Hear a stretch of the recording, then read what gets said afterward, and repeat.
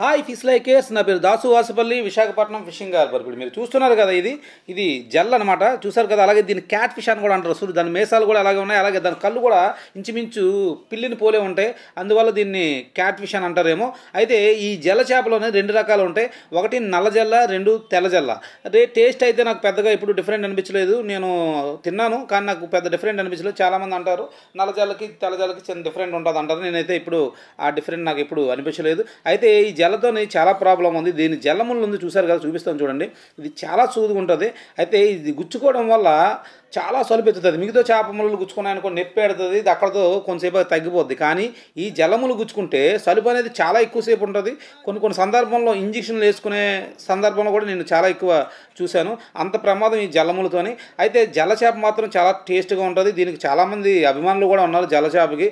అంటే అంత ఫేమస్ ఈ చేప. అయితే ఇది కొంచెం నీసు వాసన వస్తుంది అనమాట. ఎందుకంటే ఇది వేడివేడి తింటేనే అద్భుతంగా ఉంటుంది. కొద్దిగా చల్లారిన తర్వాత ఇల్లు అంతా కూడా కొద్దిగా స్మెల్ వస్తుంది. అందుకని దీంట్లోని వంకాయ వేసుకొని అలాగే కొత్తిమీర కొద్దిగా ఎక్కువ వేసుకొని వండుకుంటే టేస్ట్ అయితే చాలా బాగుంటుంది. మేమైతే చాలా తక్కువ తింటాం, ఎక్కువ మేము తినము దీని స్మెల్ వల్లే. కానీ దీనికి ప్రత్యేకంగా అభిమానులు ఉంటారు. ఎలా అంటే దీన్ని బుర్ర కోసమే చాలామంది, దాని బుర్ర అంత టేస్ట్గా ఉంటుంది. మరి ఎంత టేస్ట్గా ఉంటుందో నాకైతే తెలియదు. చాలామంది దీనికి ప్రత్యేకంగా అభిమానులు ఉంటారు. దాని బుర్రగా సపరేట్ కొనుక్కొని వండించుకునే వాళ్ళు ఉన్నారు. దీనికైతే మా నాన్న బానిస. ఎప్పుడు నన్ను అడుగుతుంటారు, ఏరా ఒకసారి జల పంపించిన. ఆయనకి ఎన్నిసార్లు పంపించినా సరే ఎప్పుడెప్పుడో పంపించామంటారు. అది ఆయనకి దీని మీదనే ఇష్టం. అంత ఇష్టం మా నాన్నగారికి జల్ల అంటే.